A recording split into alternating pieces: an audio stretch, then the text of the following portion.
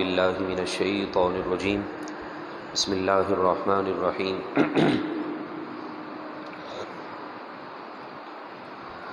اہدنا الصراط المستقیم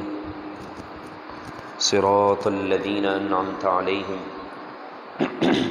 غیر المغضوب علیہم ولا الضالین ان اللہ وملائکتہ یصلون علی النبی یا ایھا الذین آمنوا صلوا علیہ وسلموا تسلیما اللہم صل علی سیدنا ومولانا محمد معدن الجود والکرم وآلہ وصحبہ وبارک وسلم.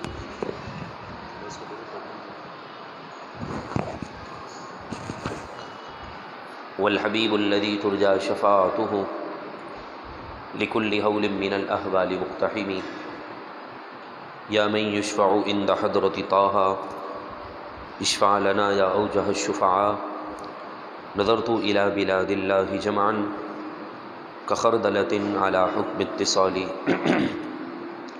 مولاي صلی وسلم دائما ابدا على حبیبک خیر الخلق كلهم.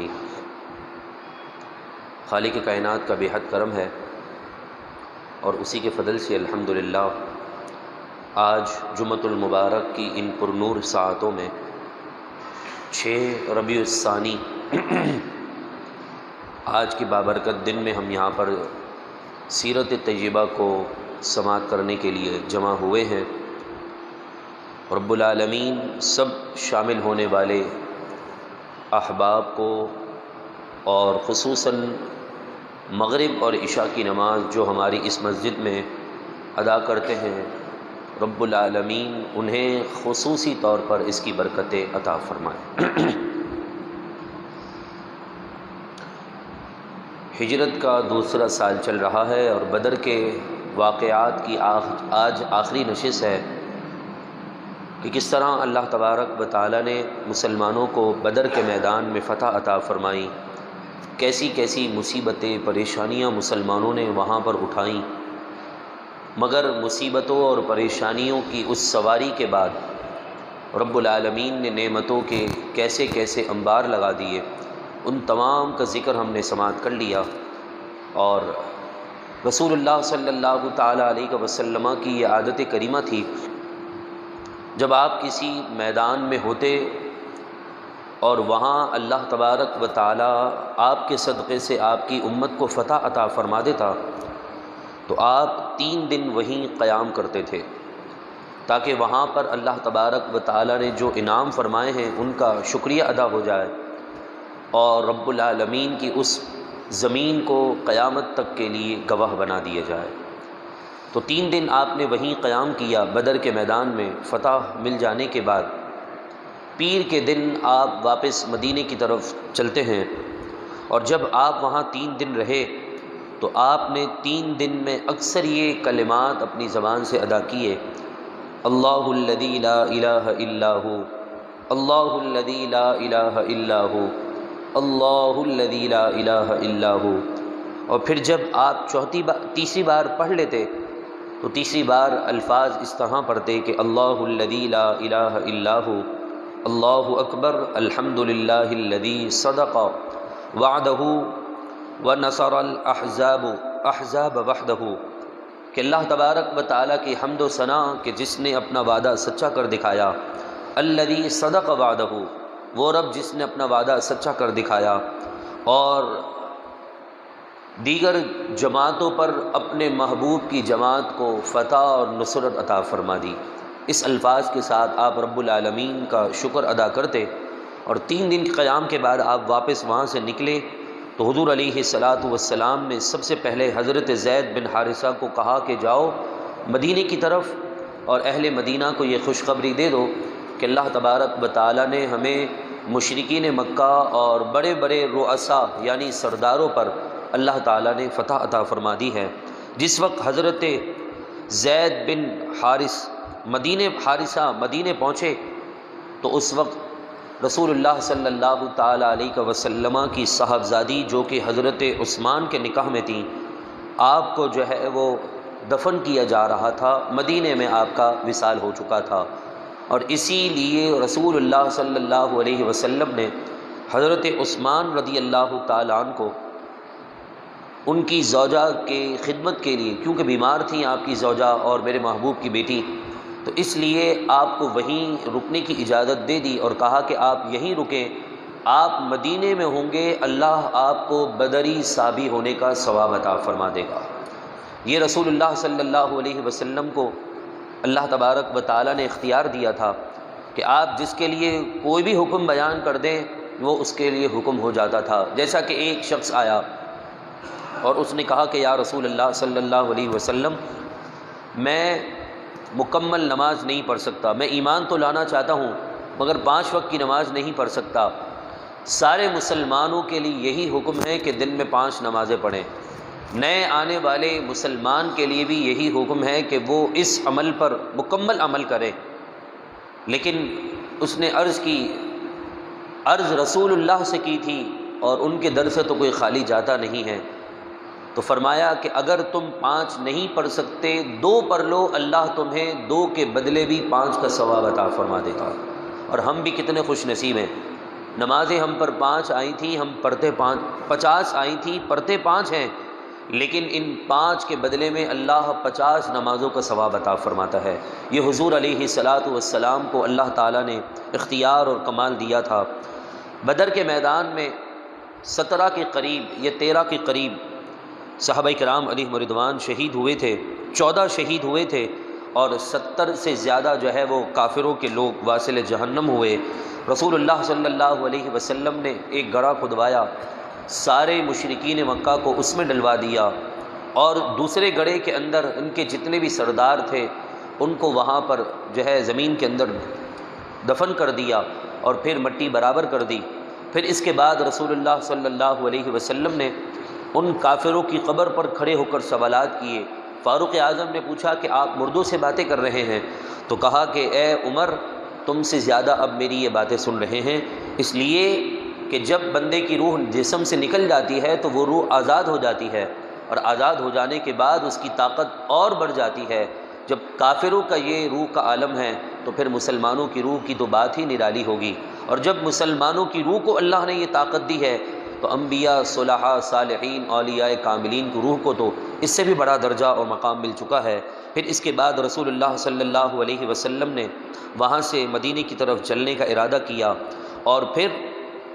اللہ تبارک و تعالی نے بدر میں شامل ہونے والے صحابہ کرام علیہم رضوان کو کتنے پیارے انداز میں مجزہ سنایا اور فرمایا کہ اب جو بھی بدری صحابی جیسا بھی عمل کرے اللہ تبارک و تعالیٰ کی طرف سے اس کے لیے معاف ہے، اس کے لیے اچھا وعدہ ہے، اور جنت اللہ نے ہمیشہ کے لیے ان کے مقدر میں لکھ دی ہے۔ ان اچھی خوشخبریوں کے ساتھ صحابہ کرام علیہم رضوان مدینے کی طرف بڑھ رہے ہیں۔ اہل مدینہ جب حضرت زید بن حارثہ وہاں پہنچے تو اہل مدینہ رسول اللہ صلی اللہ علیہ وسلم کے استقبال کے لیے شہر سے باہر ایک جگہ تھی وہاں پر آ گئے، اور پھر شان و شوکت کے ساتھ مدینے میں صحابہ کرام علیہم رضوان اور اسیران جنگ بدر کے جو اسیر تھے، قیدی تھے، سب کو وہاں پر لے جایا گیا۔ مشرکین مکہ کے جو لوگ مر گئے ان کو تو گڑھے میں ڈال دیا، کچھ بھاگ گئے،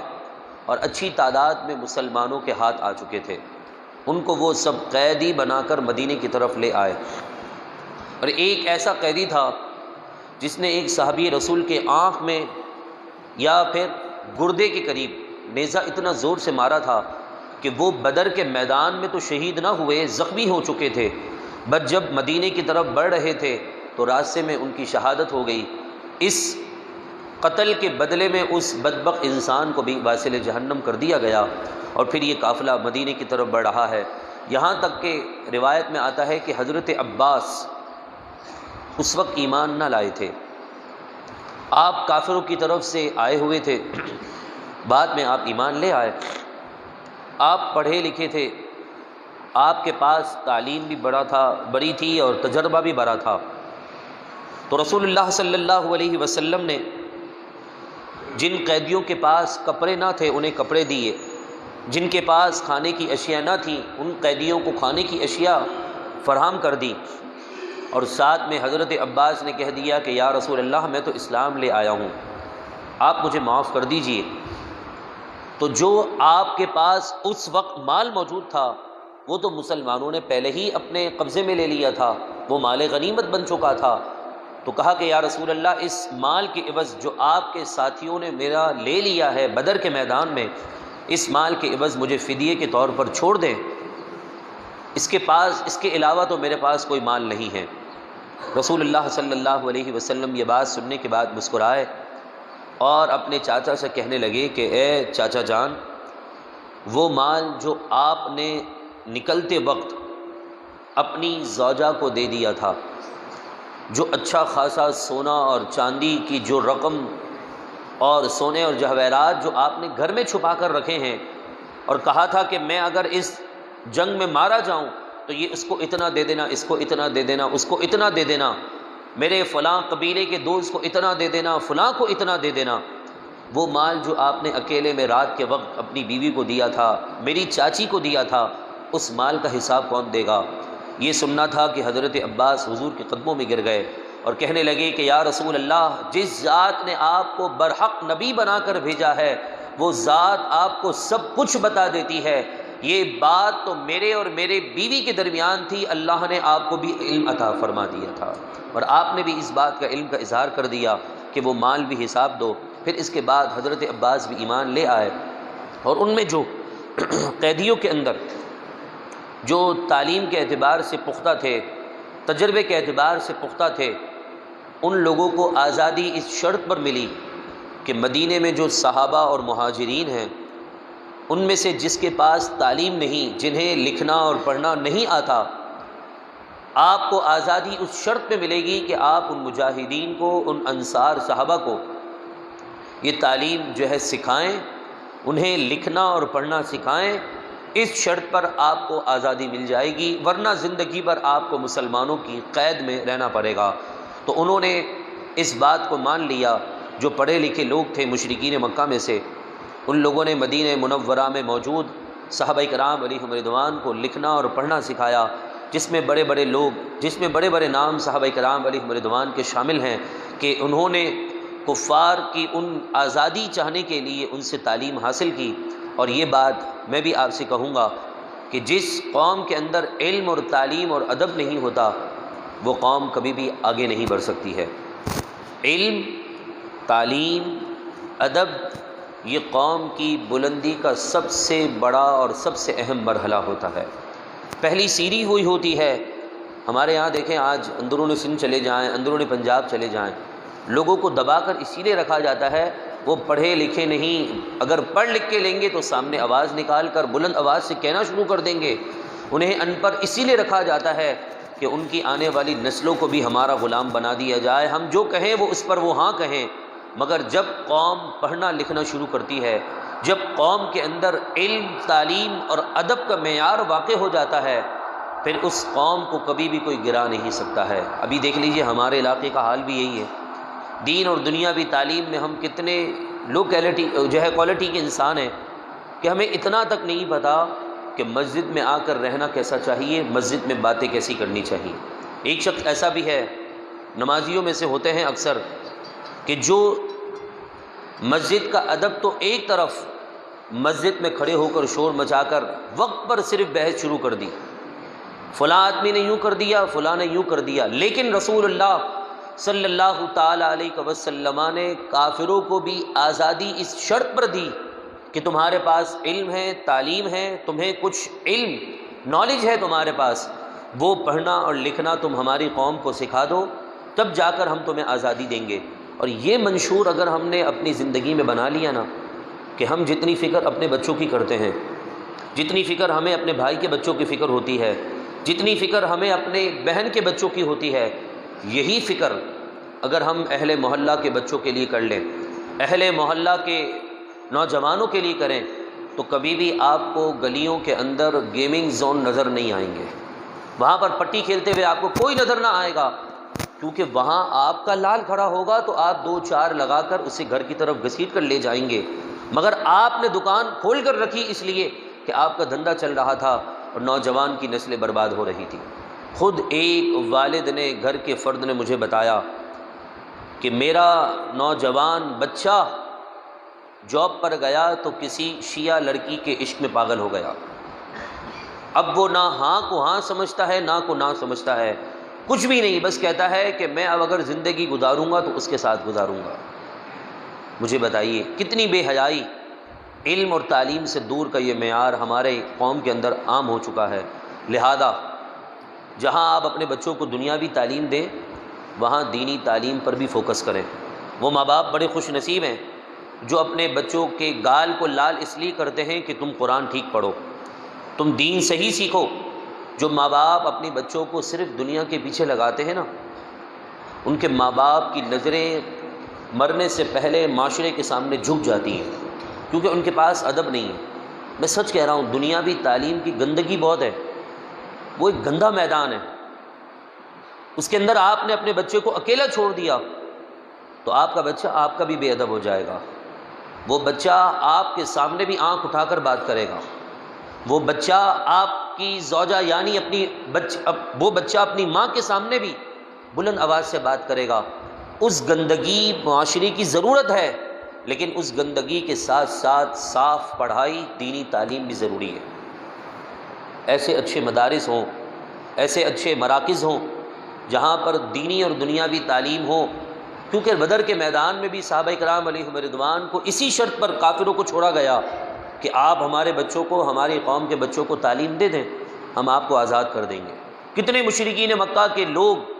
جن کی زمینیں تھیں مکے کے اندر، بڑے بڑے کاروبار چل رہے تھے، مگر مدینے میں وہ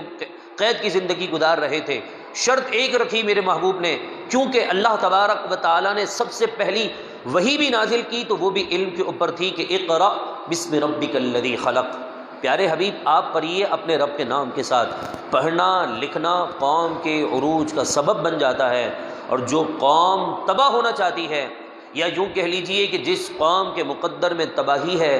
ان کی جوان نسلیں دیگر کاموں کے اندر مصروف ہو جاتی ہیں، دین کی تعلیم سے ان کو کوئی غرض نہیں ہوتا ہے، تعلیم سے، ادب سے ان کا کوئی سبق کبھی انہوں نے پڑھا نہیں ہوتا ہے۔ لہذا بدر کے میدان کی آج یہ آخری نشست ہے، اور ہجرت کا جو دوسرا سال ہے وہ بھی اختتام کے قریب ہے۔ میں آپ سے یہی کہوں گا، خدا کے لیے اپنی اولاد کو دین اور دنیا کی تعلیم دونوں پڑھائیں۔ دین بھی صرف نہ پڑھائیں کہ بعد میں لوگ اسے تانے دیں، اور صرف دنیا بھی نہ پڑھائیں کہ بعد میں وہ آپ کا بے ادب ہو جائے۔ مگر اتنا یاد رکھیے گا، صرف دین بھی پڑھنے سے معاشرے کے لوگ تانے تو دیں گے، مگر اس کی قبر بن جائے گی، میدان معاشر کی زندگی بن جائے گی۔ آپ عالم نہیں بن سکے، آپ کا بیٹا عالم یا مفتی یا دین کا مجاہد حافظ نہ بن سکا، اللہ نے آپ کو دیا ہے، آپ ایسے مدارس تلاش کریں جہاں پر عالم بنائے جاتے ہیں۔ ایک بچے کا خرچ اٹھا لیں، آپ ایک بچے کا خرچ نہیں اٹھا سکتے، ایک مدرس کی آپ جو اس کو ہدیہ پیش کیا جاتا ہے وہ آپ اپنی ذمہ داری پر لے لیں، اس کے ذریعے پھر کتنے بچوں کو علم ملے گا، معاشرے کے اندر سے جہالت ختم ہوگی، اور اس جہالت کو ختم کرنے کے سبب آپ بھی بن جائیں گے۔ ہاتھ اٹھا کر دعا کریں، اللہ تبارک و تعالی ہمیں علم کے میدان میں ہمیشہ کامیابی عطا فرمائیں، ادب کے میدان میں کامیابی عطا فرمائیں، اور ان تربیت والی نشستوں میں ہمیں اول تا آخر شرکت کرنے کی توفیق عطا فرمائیں۔ انشاءاللہ العزیز آنے والے منگل کو ہماری اسی مسجد میں عظیم الشان غوث الثقلین کانفرنس کا اہتمام ہے۔ حضور محبوب سبحانی قندیل نورانی شہباز لا مکانی سیدنا شیخ عبد القادر جیلانی حضور غوث اعظم رضی اللہ تعالی عنہ کی نسبت والی رات ہوگی۔ یہ ٹوکن آپ کو ہمارے نوجوان دے دیں گے، صرف 5000 مرتبہ درود پاک آپ نے پڑھنا ہے، اور بیک سائڈ پر اپنے مرحومین کے نام لکھنے ہیں، اور اپنی دعائیں لکھوا کر جلد سے جلد جمع کروانا ہے۔ اسی ونڈو کے بیک سائڈ پر وہاں ڈبہ لگا ہوا ہے، باکس ہے، اس میں آپ پڑھنے کے بعد جمع کروا دیں۔ ہو سکتا ہے کسی کی آمین قبول ہو جائے اور کس کے کام بن جائیں، معلوم نہیں ہے۔ لہذا درود پاک پڑھنے میں میرا، انتظامیہ کا یا ہماری خادمین قرآن ٹیم کا کوئی فائدہ نہیں ہے۔ آپ پڑھیں گے، آپ کے گناہ مائنس ہوں گے، درجات پلس ہوں گے، اور جب یہ پلس مائنس مل جاتا ہے تو رب کی رحمتیں بھی نصیب ہو ہی جاتی ہیں۔ اللہ تبارک و تعالی ہم سب کو درود پاک کثرت کے ساتھ پڑھنے کی توفیق عطا فرمائیں۔ اور آنے والے منگل کو عظیم الشان کانفرنس میں گھر والوں کے ساتھ، خواتین کے لیے پردے کے ساتھ اہتمام بھی ہے، تو گھر والوں کے ساتھ شرکت کی توفیق عطا فرمائیں۔ وآخر دعوانا ان الحمد للہ۔